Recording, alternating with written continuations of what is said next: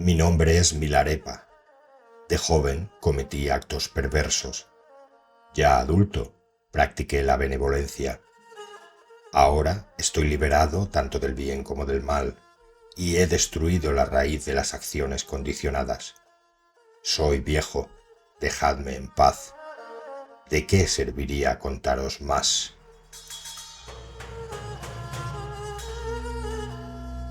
Las cumbres heladas del Tíbet, envueltas en un aura de misterio y ascetismo, fueron testigos de la vida de Milarepa, un hombre cuya transformación, de oscuro practicante de magia negra a yogui iluminado, pasó a la historia.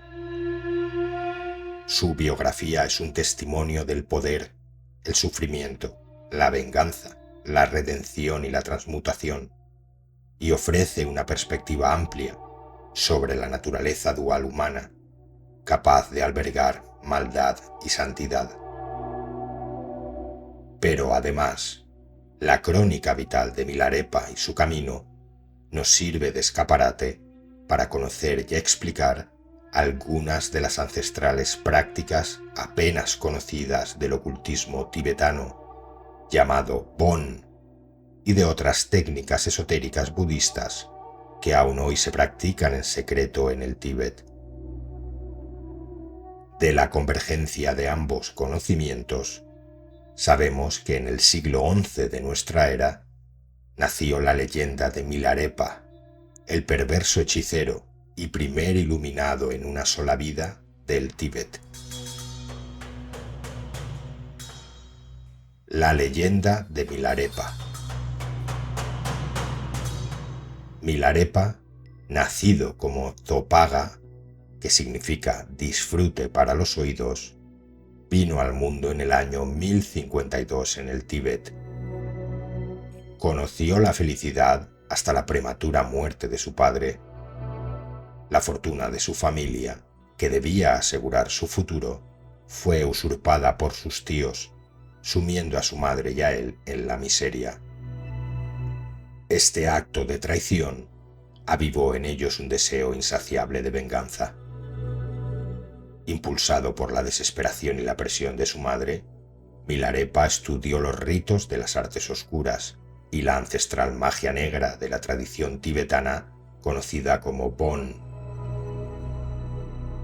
Convertido en un hechicero temible, capaz de invocar espíritus y demonios para que le obedecieran, Milarepa ordenó destruir la casa de sus enemigos, matando a 35 personas en el acto, y destruyó las cosechas de su pueblo originario, creando un vendaval con sus artes mágicas. Sin embargo, la muerte y el sufrimiento causados por sus oscuras prácticas y actos de venganza no le trajeron la paz esperada, sino desesperación y culpa. Esta sombra lo empujó al camino de la transmutación interna. Abandonó la hechicería tibetana e inició la búsqueda de un maestro espiritual que pudiera guiarlo en un nuevo camino de purificación. Tiempo después, Milarepa encontró a Marpa el traductor, un maestro espiritual conocido por su sabiduría, rectitud y severidad. Marpa, sabedor del oscuro karma de Milarepa, continuó llamándolo gran hechicero, lo trató con extrema dureza y lo sometió a pruebas inhumanas y tareas humillantes, como construir una torre de piedra solo para desmantelarla y volver a empezar en repetidas ocasiones.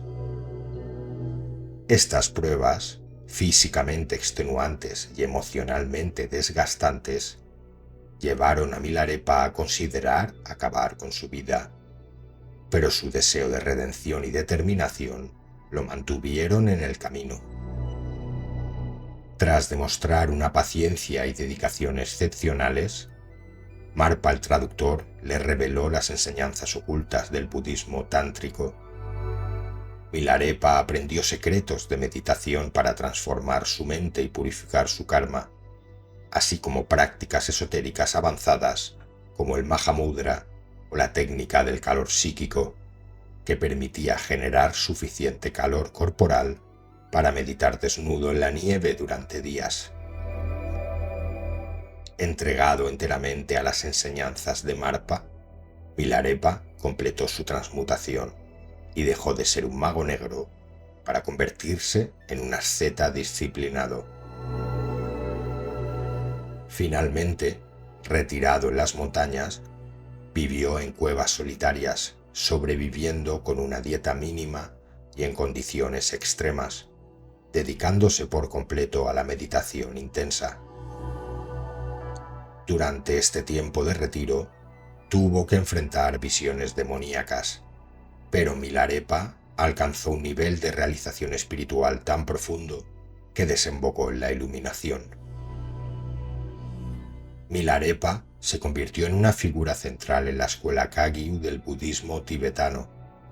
Sus enseñanzas, que a menudo solía transmitir a través de canciones espontáneas conocidas como doha, son consideradas entre las más profundas y poéticas del budismo tibetano. Estas canciones no solo expresaban sus realizaciones personales, sino también servían como vehículos didácticos para sus seguidores. Su discípulo Gampopa sistematizó sus enseñanzas y expandió su influencia más allá de la escuela Kagyu.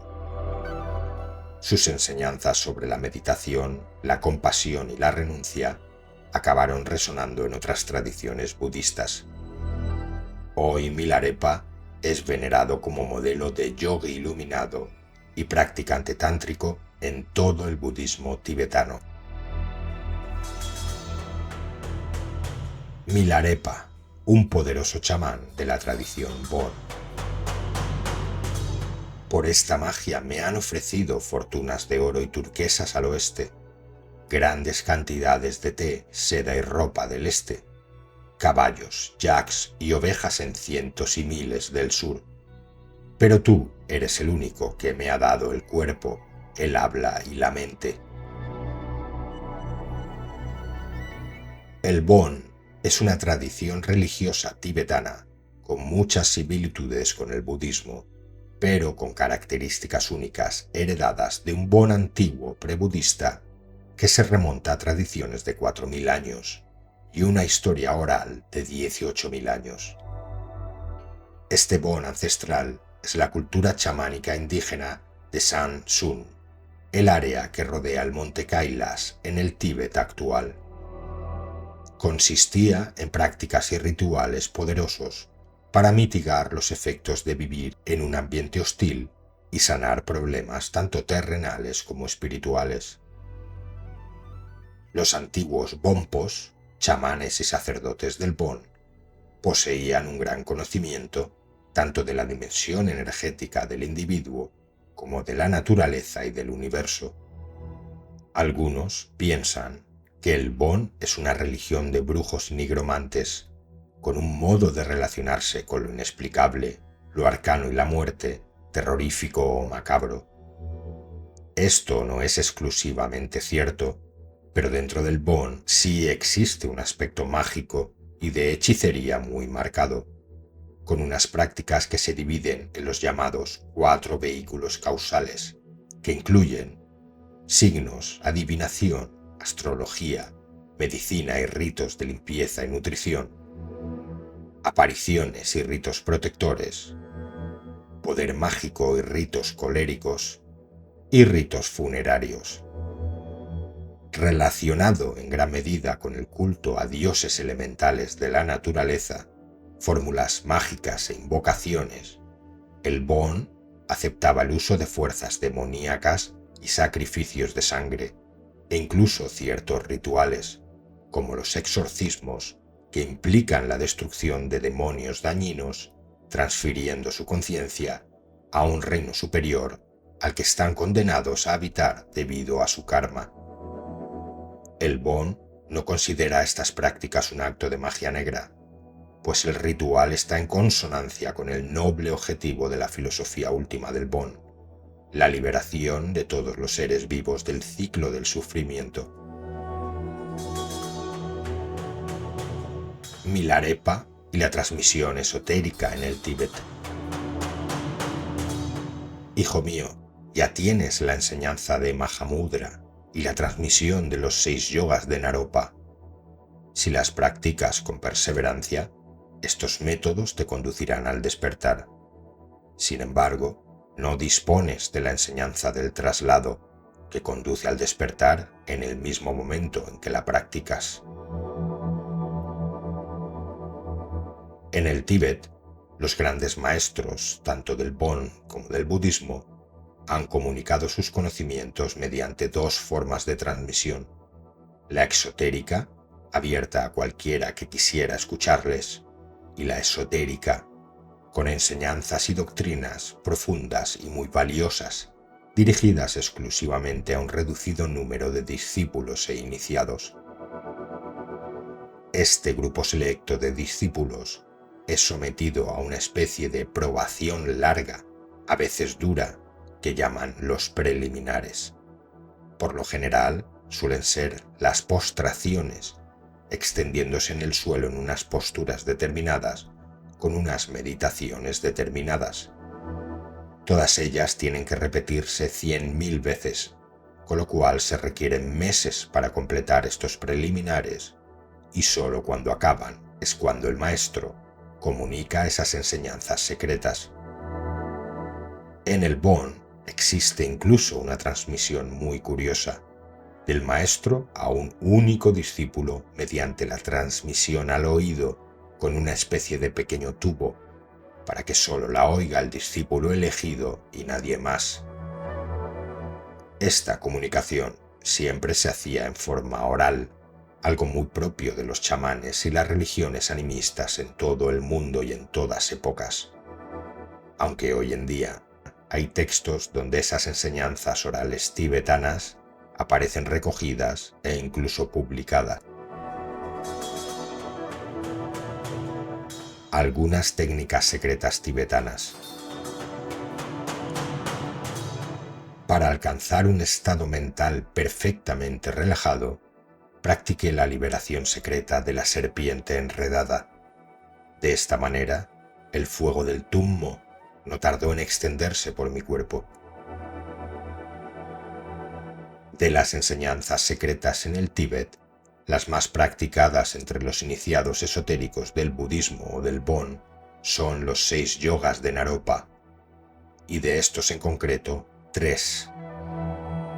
El tummo es una técnica muy parecida al Hatha Yoga. Trabaja con la energía y su objetivo es engendrar calor psíquico como medio especial para acelerar la liberación, aunque como efecto secundario genera calor físico.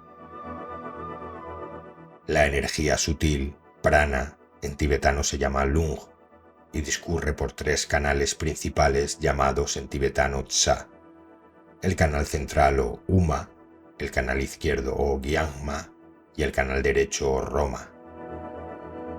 El más importante es el canal central, el uma, donde se encuentran los famosos chakras en los que se concentra ese lung o prana. Como es conocido, son 5. Uno está en lo alto de la cabeza, otro en la garganta, otro en el pecho, otro en el ombligo y otro en el perineo.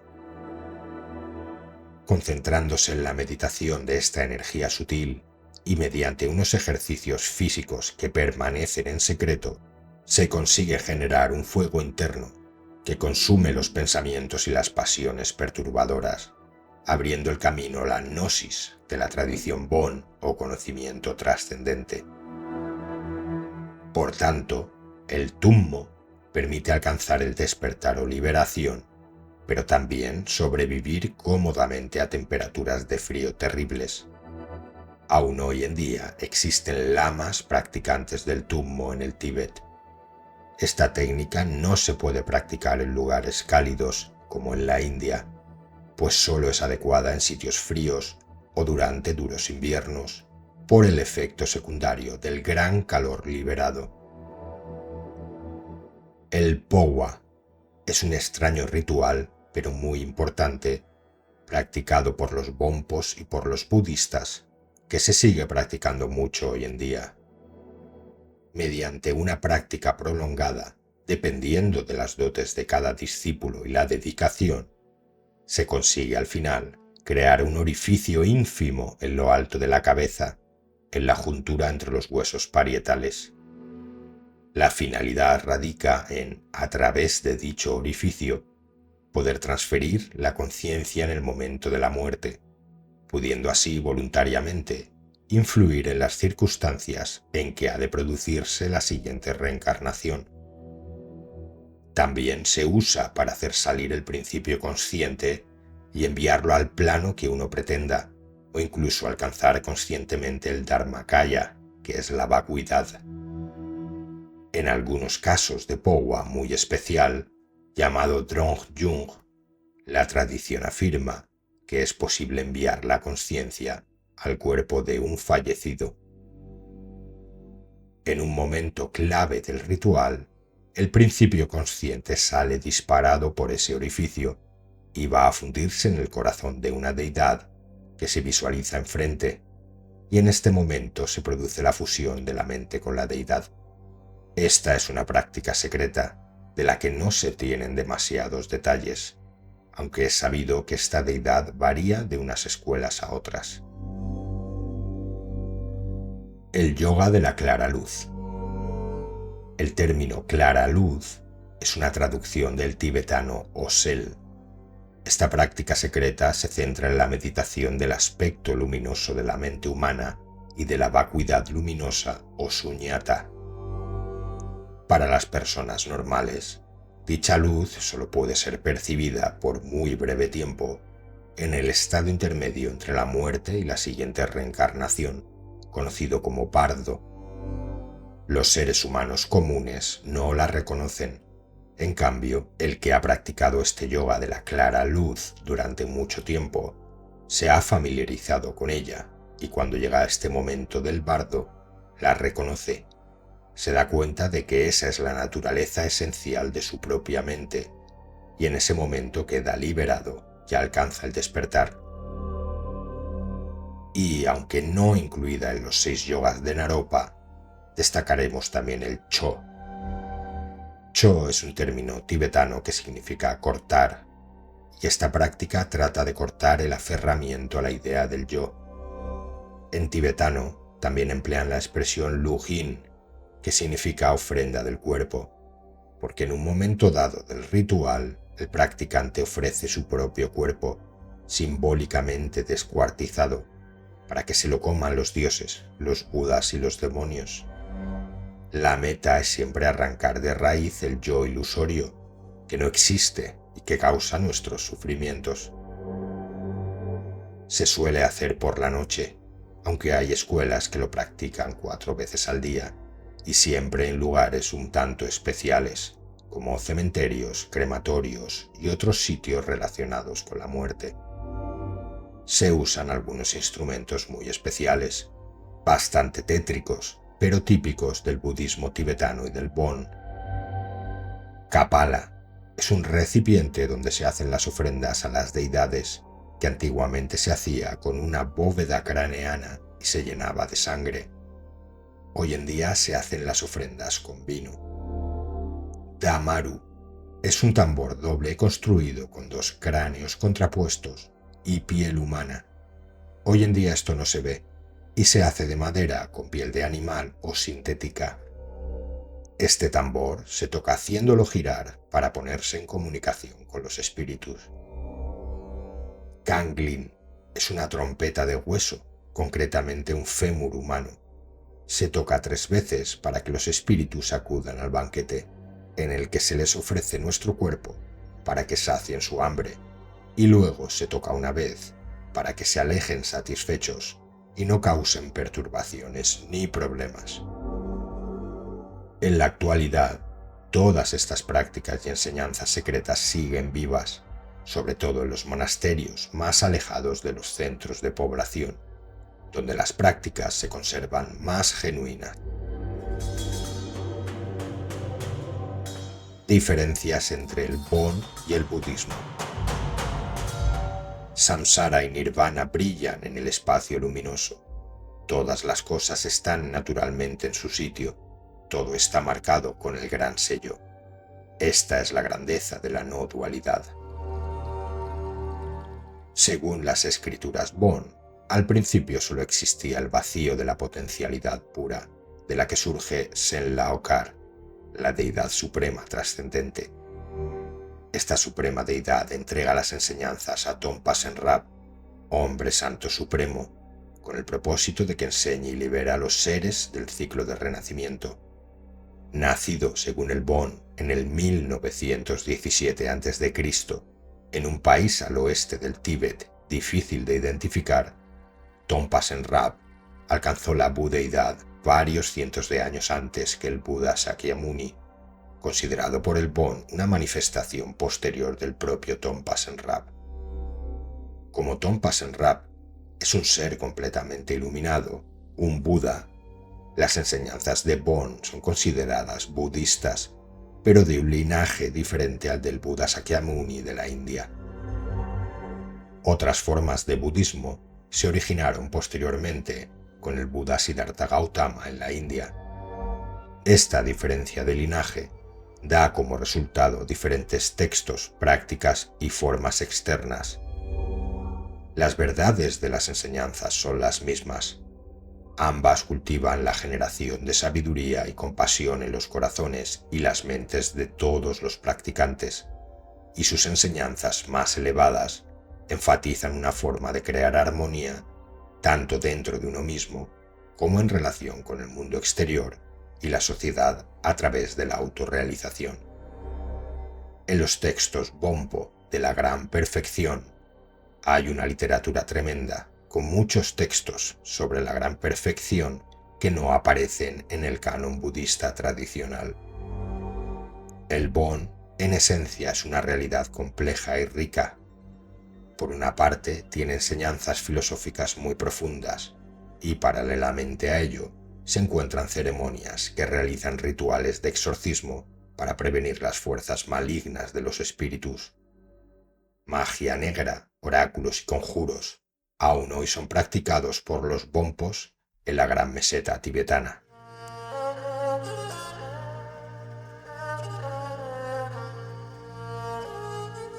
La compleja vida de Milarepa nos revela que la verdadera sabiduría surge del enfrentamiento con nuestras sombras y la búsqueda de la luz interior.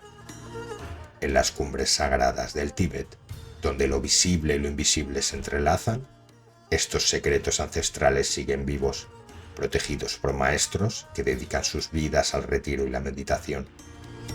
Milarepa, quien dominó las fuerzas oscuras para luego abrazar la iluminación, nos enseña que el camino hacia la trascendencia está lleno de pruebas que desafían no solo nuestro cuerpo, sino también nuestra alma. Cada rito y práctica es un eslabón que conecta lo humano con lo divino, lo temporal con lo eterno. Al cerrar este capítulo sobre Milarepa y los secretos del Tíbet, encendemos una chispa en nuestro propio viaje espiritual. ¿Estamos listos para enfrentarnos a nuestros demonios y encontrar la luz dentro de nosotros? La respuesta, como en las montañas del Tíbet, espera ser descubierta en nuestro corazón.